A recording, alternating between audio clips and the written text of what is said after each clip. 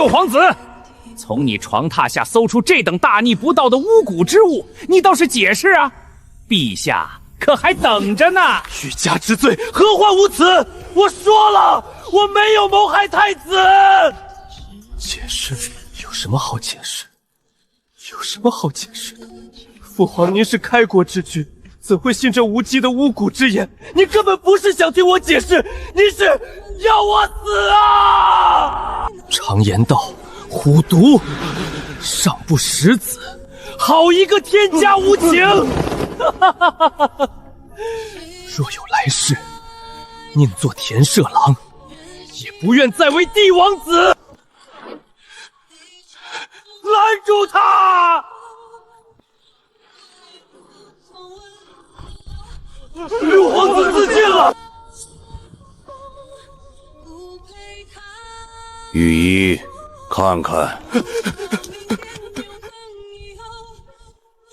启奏陛下，六皇子殿下轰了。黄景，去宣旨吧。奉天承运皇帝敕曰：六皇子天资聪颖，今封为宁古郡王，掌山海关外之地。陛下好狠的心，人都死了才封王，不过是为了掩盖逼死天子的千古骂名。宁古郡，那可是关外苦寒的流放之地，蛮族肆虐，这是死了都要把六皇子钉在耻辱柱上啊！无圣令，终生不准入京，钦此。六殿下，太子殿下托老奴给您带句话，您不是爱当贤王，爱替那些逆党求情吗？山海关外全是流放的死囚，您啊就下地府去和他们团聚吧。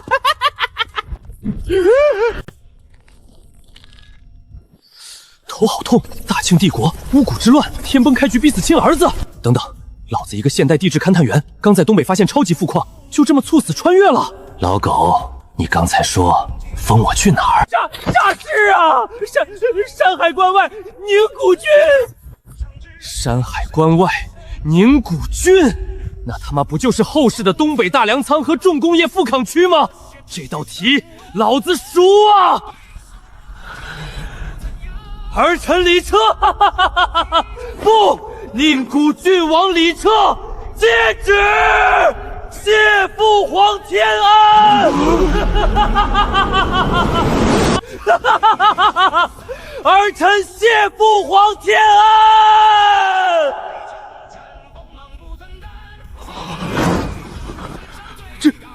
这都没死，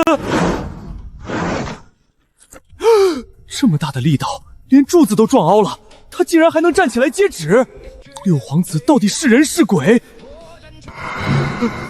完了，六皇子活了，我这可是欺君之罪，九族不保啊！那山可是黑土地、大粮仓，无数还没被开采的超级矿脉。只要能活着离开京城，到了那里，老子就能为所发育，直接起飞。彻儿，你可有样？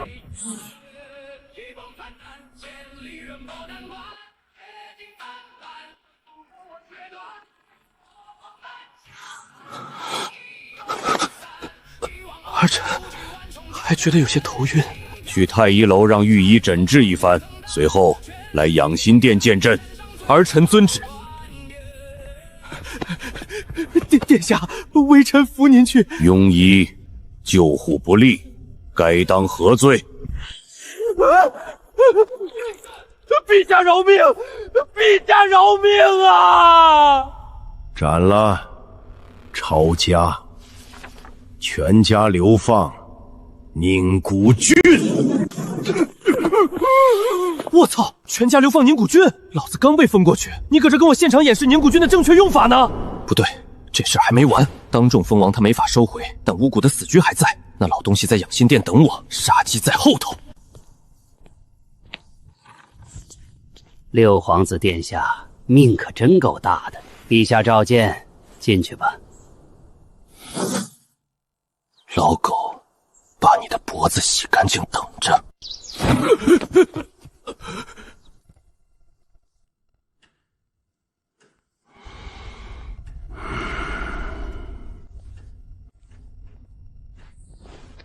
儿臣见过父皇。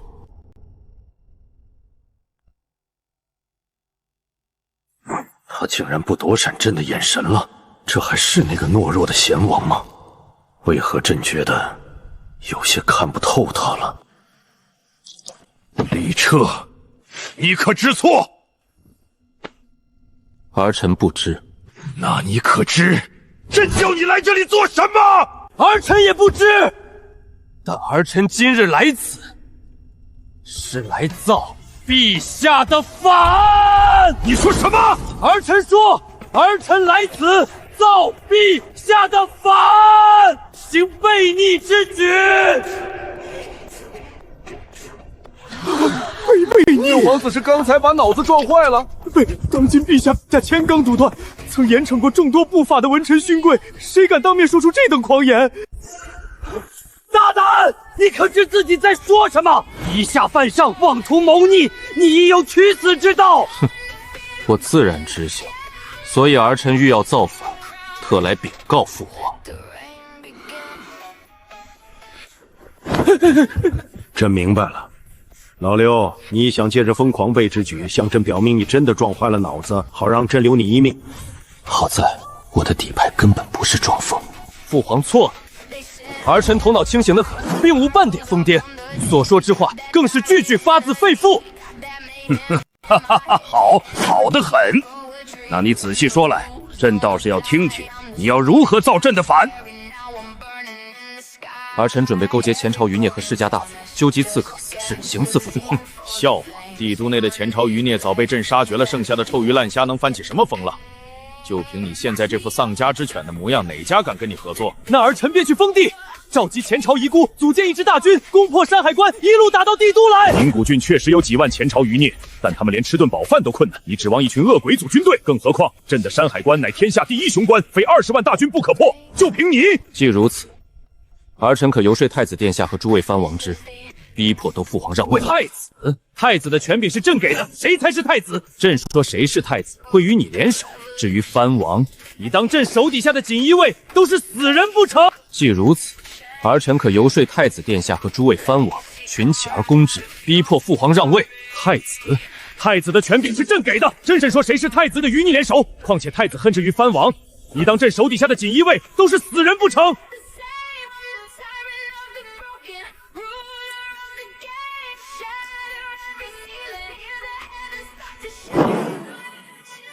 现在你告诉朕，你拿什么造朕的反？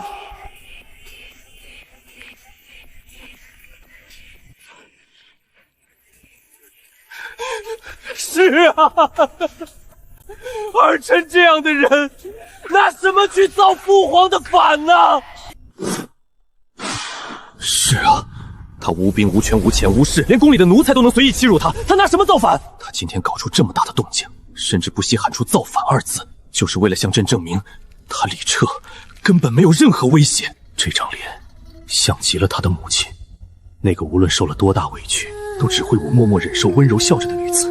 难道就因为她身上流着前朝的血，朕就要把对前朝的恨全算在一个毫无反抗能力的亲生儿子身上吗？我去！儿臣今年16岁，比儿臣小的皇帝都封王就藩了，只有儿臣被死困在帝都。朝堂上下谁不知道儿臣不被父皇所喜？连皇宫里的下人都敢踩在儿臣头上作威作福。儿臣活着生不如死。既然父皇猜疑儿臣信今天就把这造反的罪名坐实，父皇便可名正言顺地将儿臣千刀万剐，天下人绝不会质疑父皇半句。万般错跌，都由儿臣一人承担。还请父皇赐死！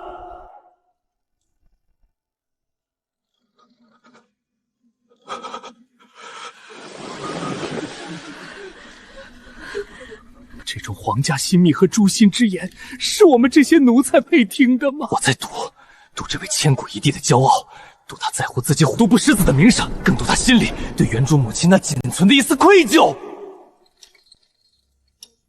快下令啊，陛下！只要您一句话，老奴立刻叫禁军把这小杂种砍成肉泥。朕倒是第一次知道，你竟有如此好的口才。好口才罢了，起身吧。朕明白你的意思了。赌赢了，杀机暂缓，但这老狐狸绝对还有后手。既然你提到了宁古郡，你可知道为何朕登基至今并无经略关外的打算？鸡肋，鸡肋，何意？食之无味，弃之可惜。关外苦寒难以控制，即便强行掌控，大庆付出的代价也远超收益。不如将暴民刑奴流放过去，充当大庆和关外蛮夷的缓冲带。这小子竟然把朕的心思摸得如此透彻。既然关外如此狗肋，那朕为何还将那里封给你，让你去经略宁古郡？送命题，你封我过去，不就是以为我死了，随便给个名头全你那人君的名声吗？但这大实话要是说出来，今天还得死在这儿。儿臣大胆猜测，父皇让儿臣经略北域，是为了征讨高丽做准备。征高丽，前朝炀帝就是因为征高丽大败，才败光了国域。朕是开国之君，炀帝做不到的事，朕未必做不到。横在朕面前唯一的阻碍，就是大军远征的气候和后离补给。这小子竟然猜到了朕的野心。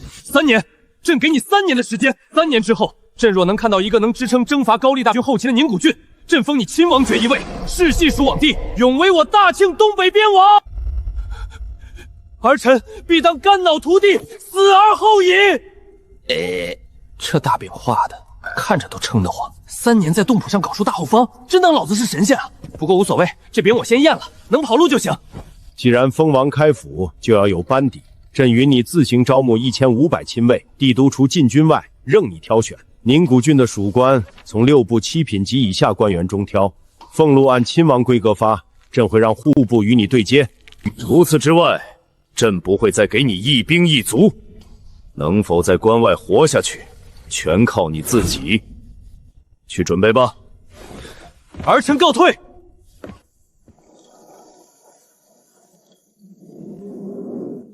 黄锦，你也觉得朕想要戕害亲子？奴婢该死，奴婢不敢。朕只是看不惯他以前那副唯唯诺诺的窝囊样，但他毕竟是朕的儿子，除了朕，没人能动他一根毫毛。去告诉太子，他还不是皇帝呢，不必急着同室拨钩。滚！奴婢遵旨，奴婢遵旨。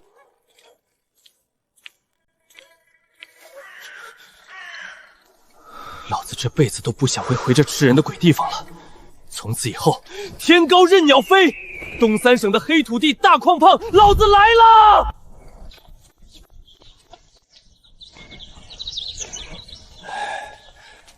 杨叔，殿下，您没事就好。天哪，您这头上的伤是怎么弄的？进去说，快！杨叔，快去收拾东西，把所有能带的细软都带上。陛下封我出京就藩了，咱们立刻出发。真的太好了，老奴这就去收拾。殿下终于熬出头了。敢问殿下，封地在哪儿？东北山海关外宁古郡。啊！宁古郡，殿下，咱们不能去啊！那可是流放死囚的绝地呀！哈哈哈！皇帝好狠的心，他这是要您的命啊！殿下有所不知啊，宁古郡那是最图流放之地，是整个大庆最贫瘠的顾寒之地，冬天长达半年以上，滴水成冰啊！更别提山野间群狼环伺，还有占山为王的悍匪流客劫掠成性。这哪里是就藩？这分明是流放，是变相的赐死！陛下这心太毒了。原主虽然窝囊，但这老管家可是前朝杨妃留下的死忠。换句话说，这老头只认我，不认庆帝。杨叔，这已经很好了，至少在那里咱们能活下去。天高皇帝远，怎么都比留在这吃人的帝都强100倍。殿下，受了天大的委屈，也直往肚子里咽，但老奴不能眼睁睁看着您去送死。殿下，老奴这就去联络帝都里潜伏的老伙计们，让他们护送您去宁古郡。大不了咱们反了！我操，老伙计，前朝皇室豢养的死士，这老头竟然能在帝都随时拉起一支造反的队伍！我的个乖乖，元神竟然真他娘的能造反！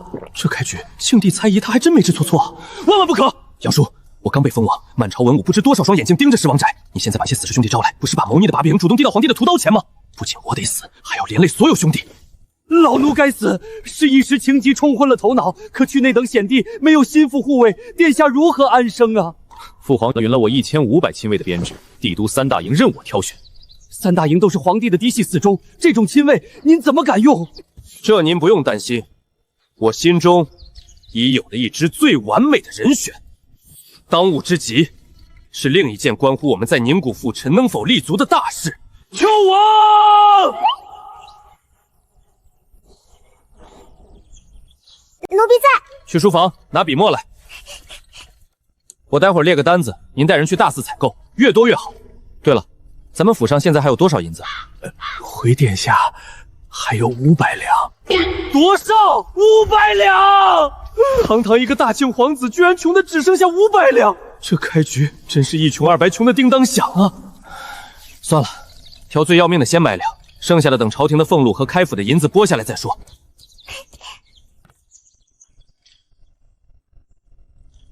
纸呢？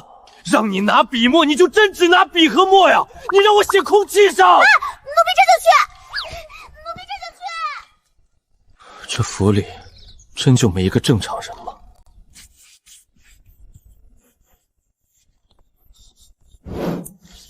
殿下，这白蝶子不就是西域传来的欣赏花吗？您买这么多花干什么？御寒花能御寒？在这个时代，棉花还只被当作观赏植物。有了这玩意儿，宁古郡那零下几十度的冬天就不再是死局了。梁叔，上面有些东西可能比较难找，您先去买好找的，剩下的咱慢慢来。老奴明白。那殿下，您现在准备去哪儿？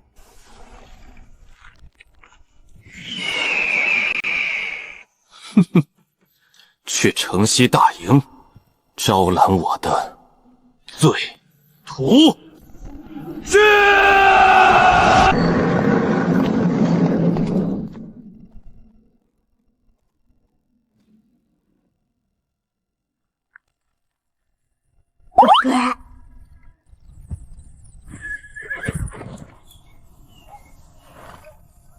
阿强，今天吃饱了没？吃饱了，不过殿下若是让俺吃，俺还能吃下去。路上想吃什么就说，今天让你吃个够。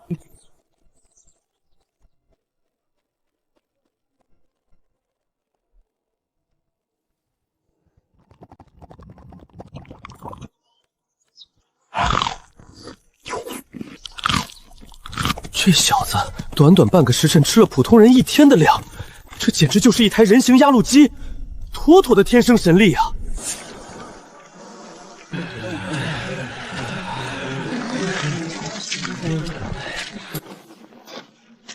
这哪是军营？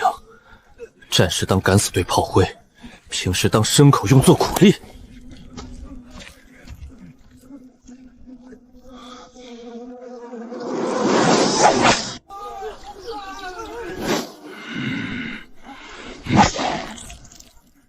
快点儿！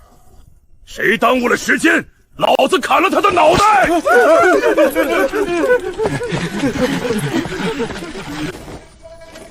站住！你是何人？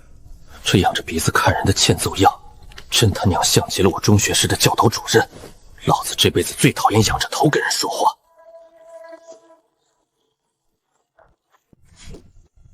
咱问你话呢！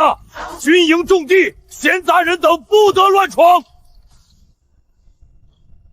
本王，宁古郡王，来此挑选亲军。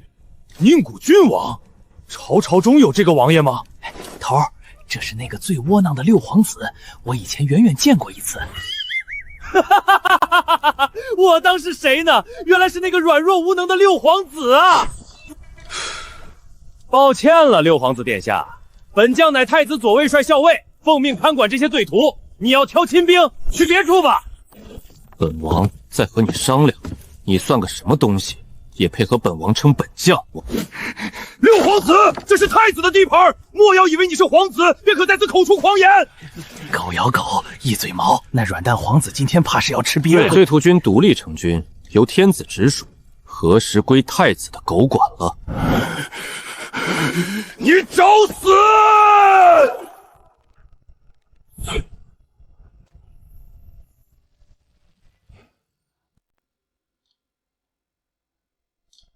阿强，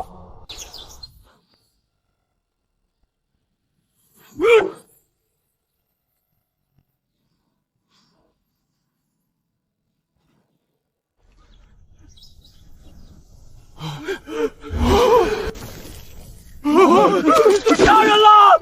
他杀了校尉！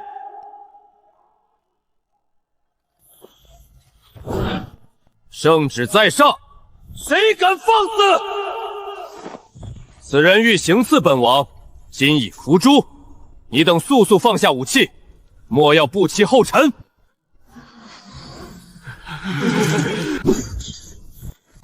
这是那个传闻中软弱的六皇子，这他妈分明是个活阎王啊！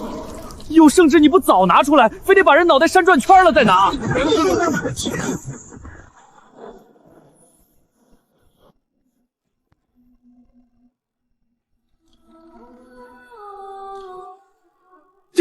殿下，您刚刚说招收亲卫，您是要救我们出去吗？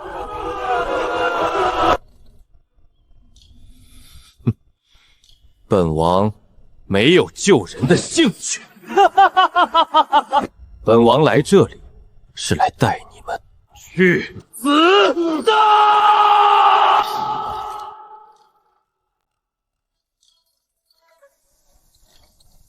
疯子，我就知道这皇子没安好心。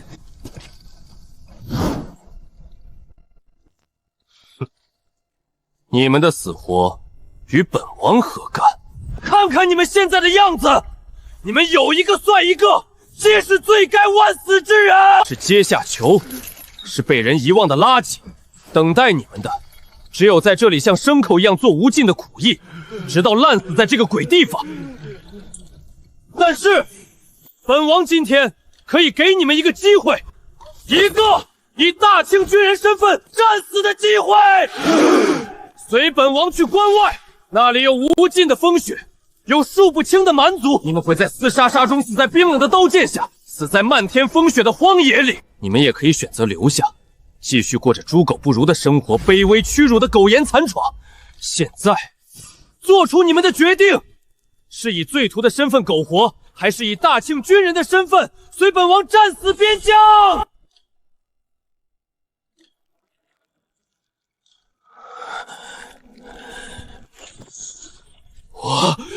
我跟你走！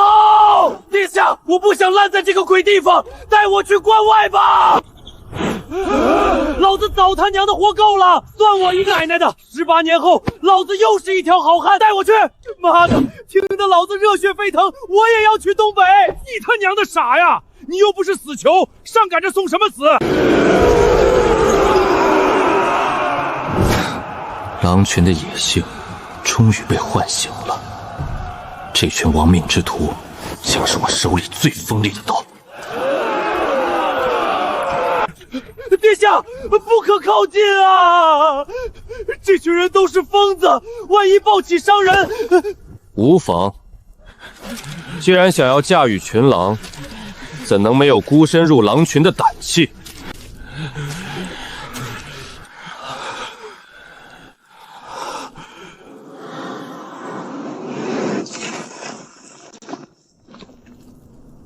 罪徒王虎，愿为殿下效死！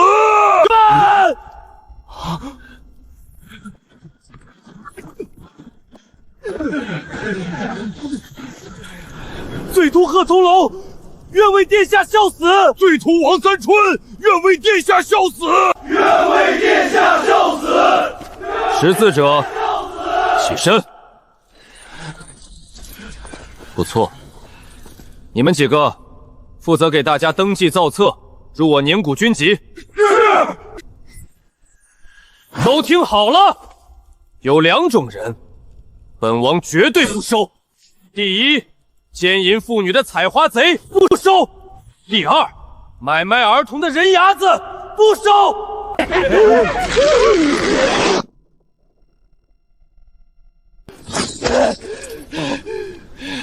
殿下，同是死罪，为何不收我等？咱连奸带杀了8个怀孕的小娘坨，那滋味，要不是驻军出动，就凭那些废物捕快也想抓咱，咱有这等身手本事，为何不能再在殿下手下混口饭吃？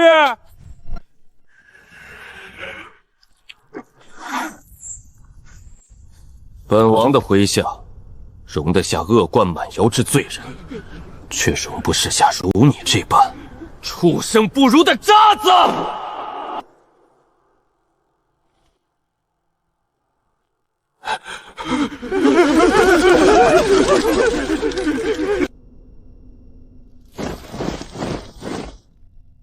都听好了，给本王重点挑这3类人。第一，打家劫舍的悍匪，这些人懂点粗浅武艺，日后就是军中的中剑。第二，偷坟盗墓、飞檐走壁的盗贼，能进这里的飞贼，手底下的活绝对不差，他们是天生的斥候。第三，帮派首领、私盐贩子头目，这些人懂管理，会育人，统统给本王提拔成基层军官。谁说监狱里都是废物？这里面个个都是人才，说话又好听，只要用对地方，就是一只虎狼之师。启禀殿下，小人秋白共有1321名兄弟愿意誓死追随殿下，有真本事的都在这名册上做了特殊标记。好小子，做事倒是挺麻利。你叫秋白，不错。营里的兵器甲胄在哪儿？带上，咱们走。殿下，我们是送死的炮灰罪徒，非战之时，朝廷怎么可能让我们碰武器？那些东西都在他们手里。你滚过来！殿下有何吩咐？打开武库，把所有甲胄武器全给本王搬出来。殿下，这不合规矩啊！这都是太子的。怎么，要本王亲自去搬？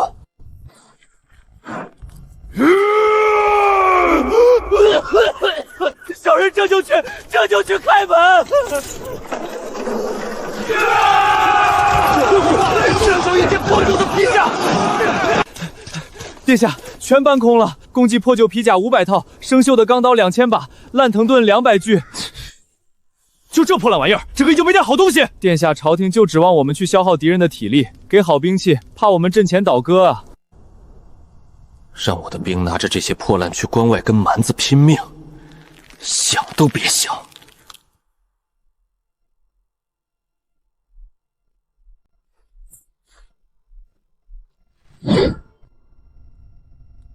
哼，你们都过来。殿下，你还有什么吩咐？卸甲。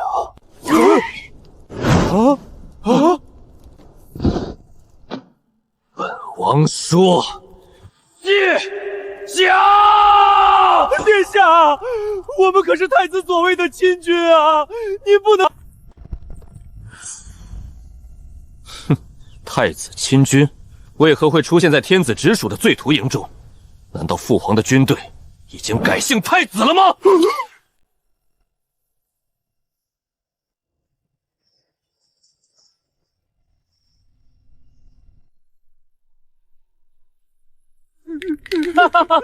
好，有了这200套铁甲，关外那些连腿锅都用不起的蛮子，本王足以横扫。小的们，带上家伙，跟本王走！这他妈谁说刘皇子软弱可欺的？这分明就是个土匪，活脱脱的强盗啊！快去禀报太子殿下！殿下，大家都安顿好了，接下来做什么？您吩咐。这小子，别人躲我还来不及，他倒会顺杆爬。我就喜欢这种机灵又有野心的聪明人。去挑几个机灵的，进城大采购，米面酒水肉柿，敞开了买。还有，让所有人都去河里给本王狠狠的搓澡，身上臭的能把蛮子熏死，不怕得瘟疫吗？洗不干净不准吃饭。小人这就去办，保证让他们洗得脱层皮。你叫秋白是吧？这些杂活让别人去干。殿下，你小子挺机灵，以后就贴身跟在本王身边做事。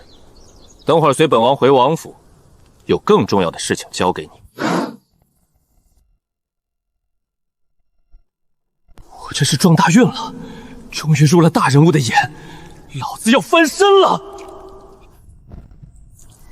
谢殿下赏识，属下秋白今后就是上刀山下火海，也万死不辞。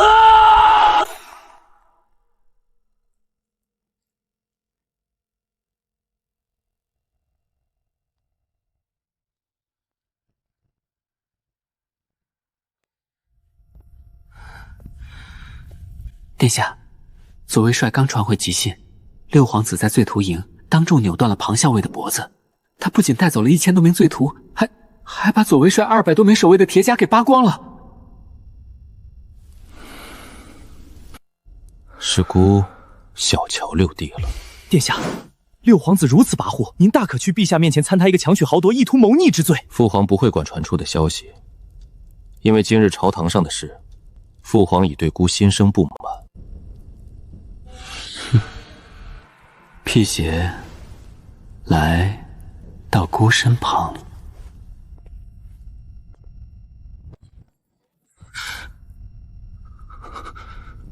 陛下既然让他去宁古郡那等绝地，那就让他去。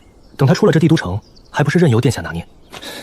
经过今天这一出，父皇已经没有杀他的一颗棋子，怎敢违抗圣系？那殿下打算如何做？那孤明日喜欢看，就亲自去十王宅演给他看。孤的好弟弟要去救藩，手头没钱可不行。你去账房支5000两银子，当做孤给他的赔礼。啊！500两，就这么一会儿功夫，全花没了。殿下，您要买的东西大多是稀罕物，交了不少定金，再加上安置那1000多号罪徒买的酒肉米面，500两真不够塞牙缝的。古人诚不骗我，大炮一响，黄金万两，这还没出京城呢，养兵就把老子吃破产了。以及陛下封赏的亲王俸禄和开府银子，明天早上就能到，咱们慢慢准备也不迟。这帝都到处都不是暗箭，在这多待1天，就多一分掉脑袋的风险。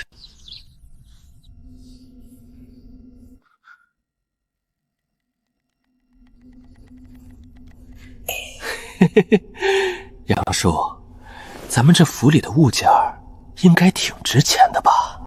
大多是宫里赏赐的和娘娘留下的，确实值钱。等等，殿下，您不会是想变卖这些家当吧？这种华而不实的奢侈之物，留之何用？全卖了！这可是殿下在帝都唯一的住处啊！您把家当都卖了，以后回京连个家都没有了。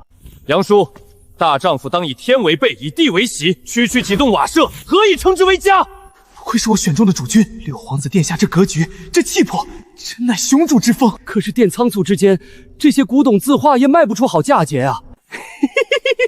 杨叔，谁说我只卖咱们院子里的东西了？啊，这十王宅，您还要卖谁的？这十王宅可不止我一个人住过。我那些皇兄们虽然搬出去建府了，但他们当年留在这里的宝贝家当肯定不少吧？殿下，使不得，万万使不得呀！这要是把其他皇子的东西也卖了，那不就成了明抢吗？殿下，您什么时候当起强盗来了？有何不？皇兄们搬走后，可曾有一人回来过？为在这里吃灰，化作边疆的一砖一瓦，保护我大庆子民。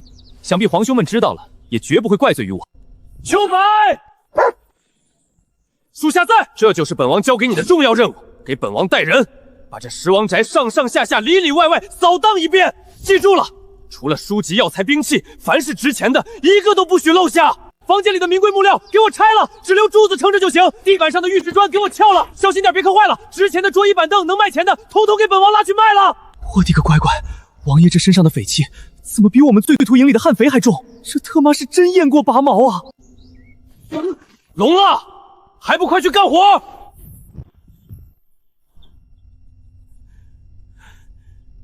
是，属下这就带兄弟们去拆家。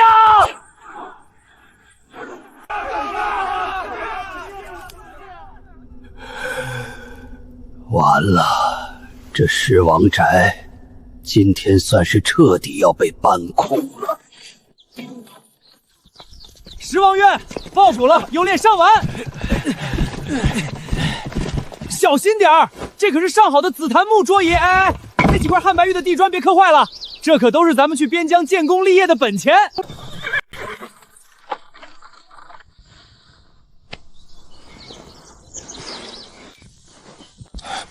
怎么回事？老六知道姑要过来，他还在姑身边安插了眼线不成？天下多虑了，您看那些下人进进出出搬东西呢，估计是为了方便卖破烂才开的门。哼。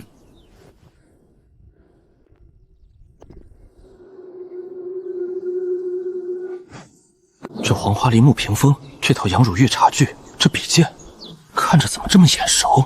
这特么不是姑梅峰太子前住在这里时用的私人物品吗？老六真是穷疯了，连姑的旧物都要拿去卖。走，去见见姑的好六弟。你说太子来了，还带着几车礼物？是殿下，已经在院子里了。黄鼠狼给鸡拜年，没安好心，把他引到这儿来。六郎，你头上的伤可好了？又是个笑面虎阴阳人，都到你死我活的地步了，还装什么兄友弟恭？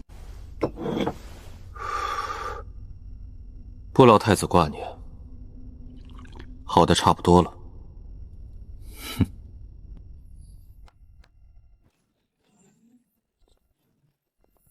你即将就藩，姑带来了一些礼物，都是你去关国用得上的物件。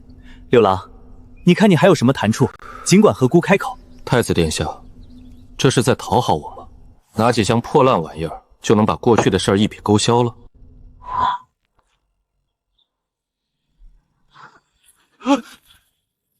六弟，我们毕竟是兄弟，你要离开帝都去救藩了，没有了利益冲突，就不必再互相敌对了吧？没有利益冲突，之前的我与你有何冲突？你就要置我于死地！以巫蛊之术害我差点撞死在金銮殿时，你可拿我当兄弟了？什么巫蛊之术？姑听不懂。那木偶人从你房中搜出，和我有什么关系？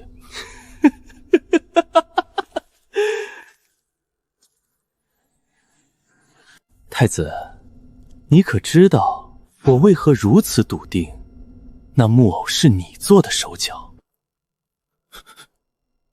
为何？因为那个木偶的左腿比右腿短，断了一截，和你的腿一模一样。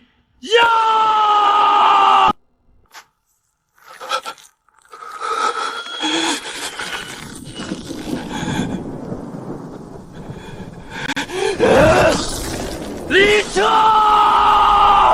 你找死！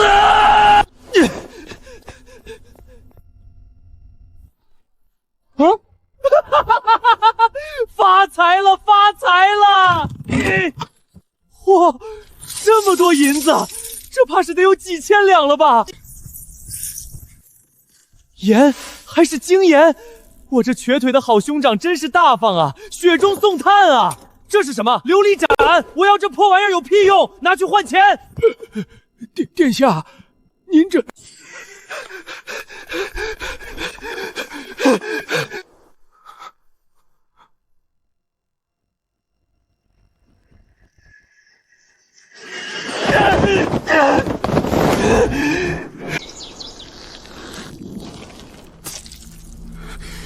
姑要他死，姑一定要他死！辟邪！殿下，奴婢在。去芒砀山，告诉樊冲，姑要李妾的命，我要他碎尸万段，挫骨扬灰。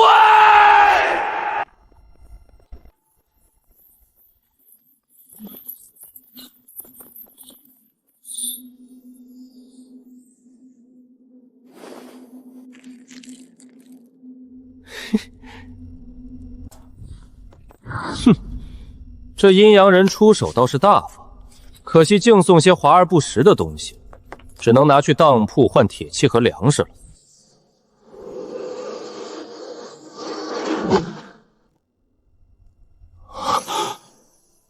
燕履锁子甲，这可是有钱都买不到的极品防具啊！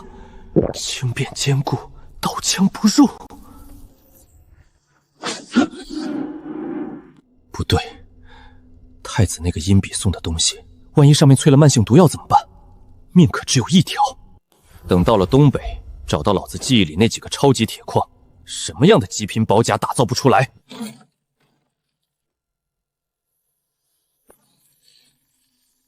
殿下，老奴斗胆说一句，您刚才真的不该和太子彻底撕破脸皮啊！可万一太子恼羞成怒，派刺客下死手怎么办？君子不立危墙之下啊！杨叔，你以为就算我和他兄友帝娟重归于好，父皇就能容得下我吗？这和陛下有什么关系？哼，您想想，昨天在金銮殿，我差点死在太子的阴谋里。今天太子送点东西，我就立刻感恩戴德，一笑泯恩仇。父皇会怎么看我？父皇只会觉得我李彻是一个心机极度深沉、极其善于蛰伏的毒蛇，一个能把生死大仇瞬间咽下去的人。这样的人去边疆就藩，哪一个皇帝能放心得下？所以我就是要闹，要发疯。在和太子死磕，我表现得越鲁莽，越没有城府，父皇对我就越放心，我去关外的路就越安全。这哪里还是以前那个温吞懦弱的六皇子？这分明是一头彻底苏醒，正对着天下露出獠牙的雄狮啊！但宁古王府还缺一套完整的文官班底，种田发育，最重要的就是人才。人才还是特么的人才！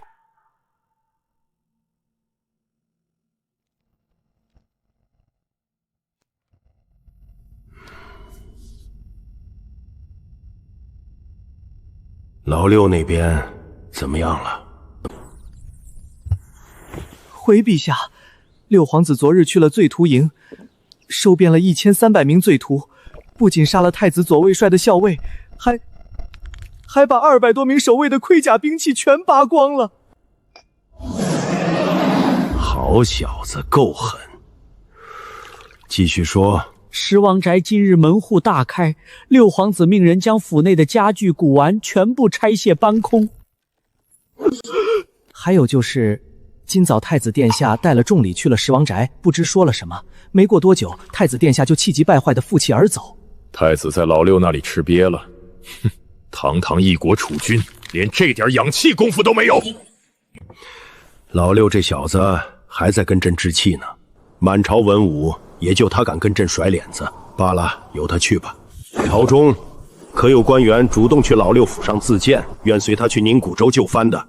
无人。哼，这帮酒囊饭袋在帝都享福惯了，谁愿意去那冰天雪地受苦？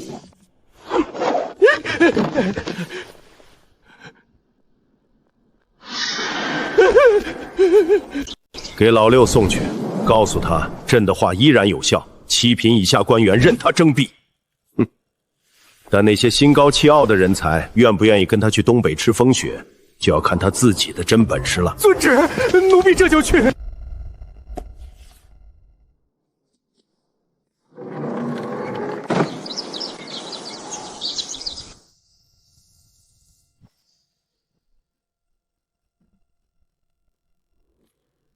锦衣卫的绝密名册，记载了朝堂所有6品及以下官员的底细，这可是能捏住百官身家性命的东西啊！整个大清，除了锦衣卫指挥使，恐怕只有陛下仔细翻阅过。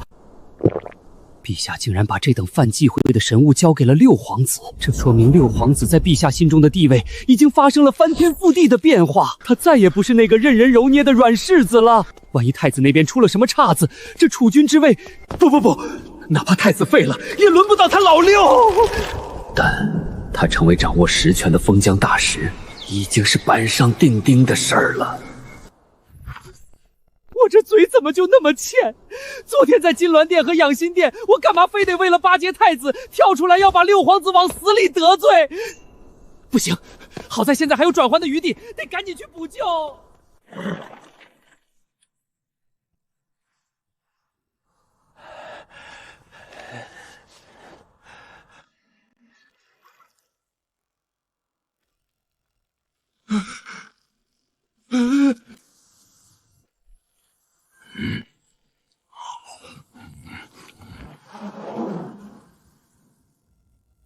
就是皇旨？是咱家。俺家殿下让你这老烟狗进去见他。我知道这是六皇子的原话，但你一个门神也不用这么直接的喊出来吧？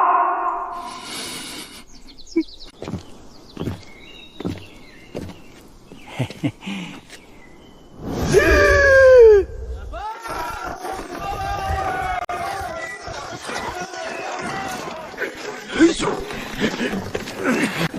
那不是秦王殿下房里的紫檀木门吗？这哪是变卖家当啊，这分明是拆迁进场啊！六皇子这是要连房顶都给卖了呀！老烟狗愣着做甚？别让俺家殿下等急了。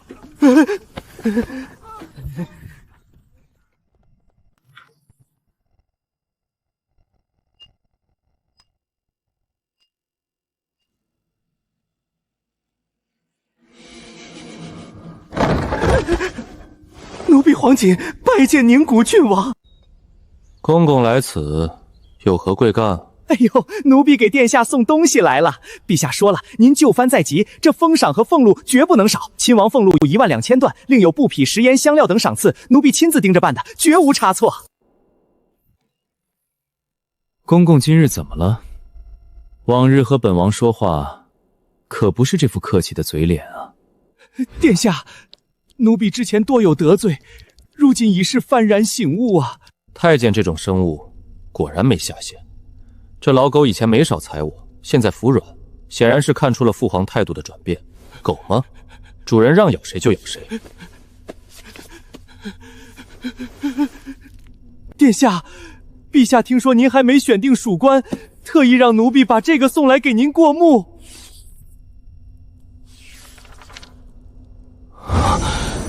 锦衣卫的百官底细，我操！父皇居然把这等神器给了我，这简直是选拔人才的最强外挂呀！看来昨天那一出装疯卖傻是真的见效了。黄锦，你昨日在金銮殿和养心殿，可是巴不得本王去死啊！你当本王忘了吗？殿下饶命！昨日是奴婢猪油蒙了心，说了混账话，殿下您大人有大量。少来这套！你既是来求饶的，不能只带一张嘴来吧？啊！传个旨还得被敲诈，这活阎王今天是盯上我的钱袋子了啊！奴婢在帝都有座小院。停！本王要去就藩，要你在帝都的破院子干什么？殿下，那院子里养着10个昆仑奴，10个新罗婢，而且院子里的柳树底下还埋着500两金子，都送给殿下，只求殿下高抬贵手。不够。奴婢城外还有个庄子，50匹马，10头牛，30只羊，300只家禽，还有粮草若干，全给殿下。还有呢？殿下就藩路上会经过真定府，奴婢在真定府城西有个大庄园，里面囤了5000栋粮食，还有盐巴、草料和上好的农具，您路过时统统带走。哎呀，黄公公怎么还跪着呢？秋白，赶紧给黄公公看座啊！真没个眼力劲儿！甭管老狗阉狗，能给老子送钱的，那就是条绝世好狗。这六皇子真特么邪门，跟个活土匪似的。陛下反贪反得那么厉害，我捞点钱容易吗？这回居然被他一口气敲诈了大半虾底儿。不过也好。还好这六皇子现在就认钱，没像其他皇子那样逼着我站队签投名状，破财免灾，破财免灾呀！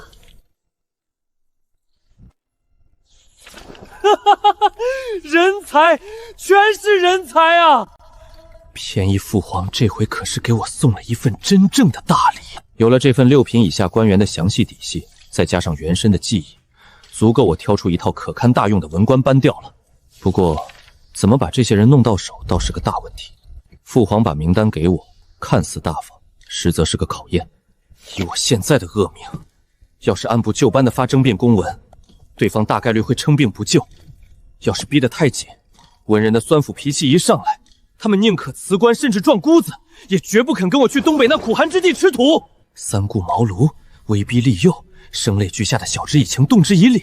去他娘的！老子去哪儿找那闲工夫跟他们磨叽？既然决定去东北闯出一片天地，倒不如学学后世那位姓张的东北王。老子直接抢！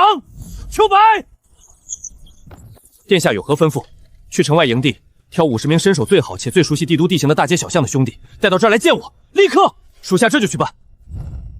杨叔，门外的那些破烂，还有黄姐那老狗敬备的产业，就全拜托您了。老规矩，那些骄奢淫欲、华而不实的东西，统统死当卖掉，全部换成清单上的粮食、耐寒种子、药材和铁器工具，1文钱都不许留。殿下放心，老奴属下必定办妥。来吧，让我看看，都有哪些幸运儿能有机会被本王选中，去东北干一番惊天动地的大事业。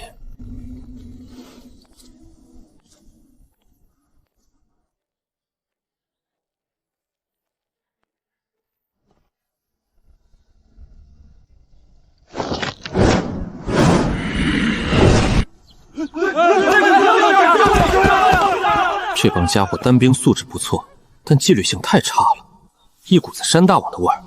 等到了东北，必须好好操练一番。行了，都起来吧。休息的怎么样？吃饱喝足，还洗了热乎澡。托殿下的福，我等好几年都没这么舒坦过了。我记得你，匪首王三春是吧？殿下竟能叫出俺这等贱命的名字！堂堂皇子竟能记住一个死囚的名字，殿下心里是真的有咱们这帮烂人啊！这条命卖得值！既然休息的差不多了，帮我做件事怎么样？殿下吩咐，我等唯有拼死效力，绝不含糊。说这些屁话没用，本王在名册上看中了几个人才，但他们嫌弃弥宁古郡贫瘠苦寒，8成不肯乖乖效力，只能劳烦兄弟们去请一请了。请？咋请啊？俺是个粗人，不会拽文啊。嘿嘿嘿，笨啊你！绑肉票不会啊？干咱们的老本行，还用殿下教你？绑架？要说别的事儿可能干不好，但这活儿咱们熟啊。祖传手艺，正愁没法子报答殿下的大恩呢。殿下您指谁，俺们就把谁给您绑来。名单上的这些人，一个都不能省，也一个都不许伤着。敢掉一根头发，本王拿你们试问，明白了吗？殿下放心，属下明白。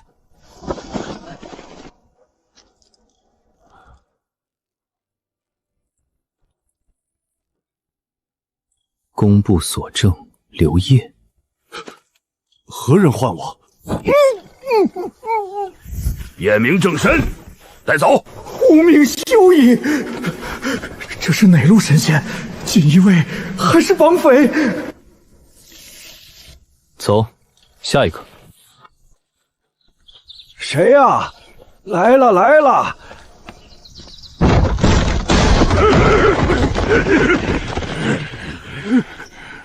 你们是什么人？监天司官正王熙，正是本官。你等何人？怎敢擅闯朝廷命官府邸？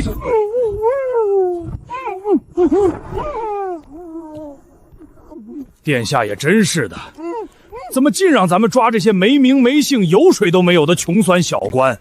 莫要质疑殿下的决定，殿下自有安排。你这厮算老几？也敢教训老子？哎，你等何人？光天化日之下绑家妇做什么？你是谁？我乃工部令史王崇简。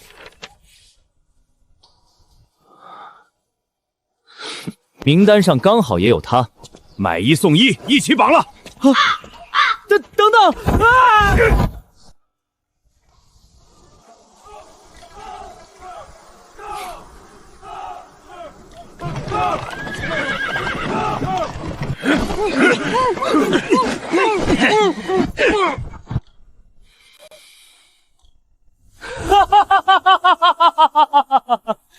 人才钱粮尽入吴阁，本王大兴东北有望啊！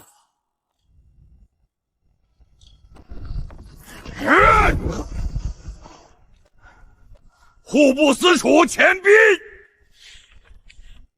殿下，名单上的人都请来了，一个不落。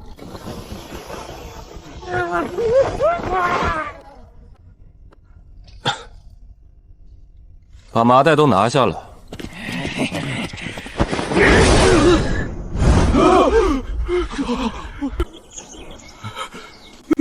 六皇子，他就是那个最窝囊的废。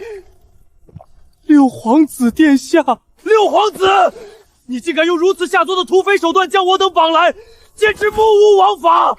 本官明日一定要上奏陛下，狠狠参你一本。我说了，我没有谋害太子。好了，先给本王闭嘴，听本王说两句。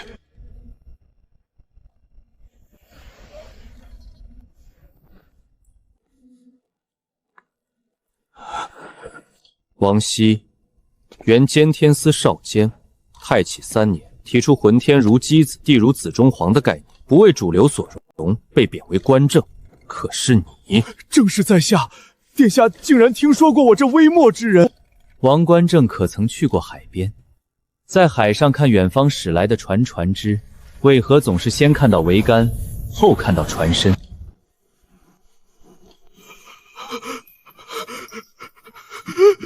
因为大地是有弧度的圆形，在宽阔的海面上得以放大。您竟然相信我的理念？废话，老子可是9年义务教育出来的，地球是圆的这点常识都不懂，还混个屁！格物方能致知，王大人以后可要多实践了。王崇简，王熙之子，太启5年治理黄河，因反对主官分散流量、尽除淤泥的主张，被工部彻底雪藏。工部那群尸位素残的蠢货，那治河方案本就错漏百出，疑惑无穷，王某有何过错？本王以为，想要治河久远，需修筑近堤来约束河流，修筑远堤以防溃舰堤戍水，以水攻沙。王令史以为如何？见堤戍水，以水攻沙，高明，太高明了！殿下之策与下官的想法不谋而合，且更加精妙绝伦。关外也有江河水患，王令史这等胸中藏有沟壑的大才，在帝都吃灰太可惜了。到了关外，必有你大展宏图的用武之地。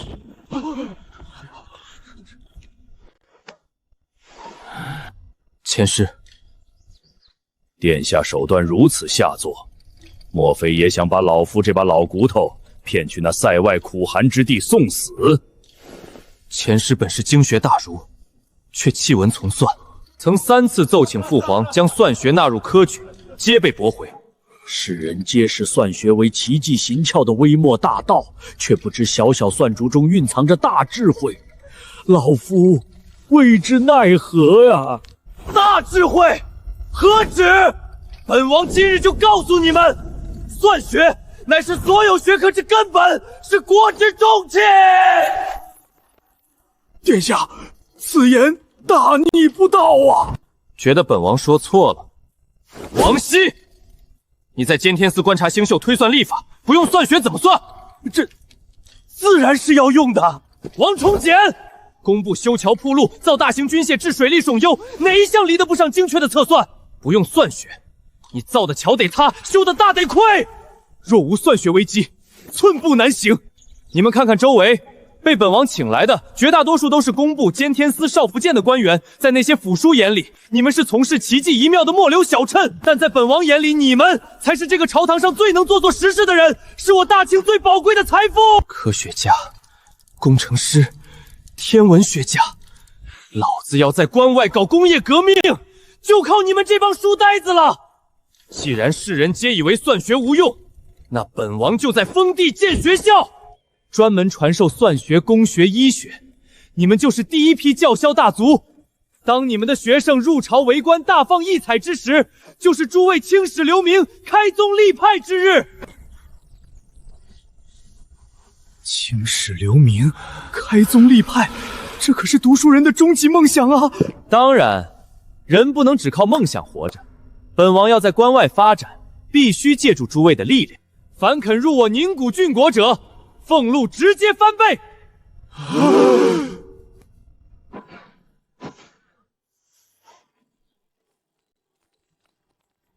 跟着宁古王混，有前途，能名垂青史，还能吃肉啊！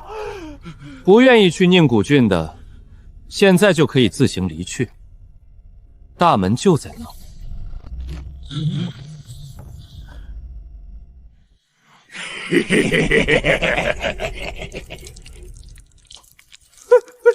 这尼玛叫不强人所难！臣等誓死追随殿下，去宁古郡建功立业。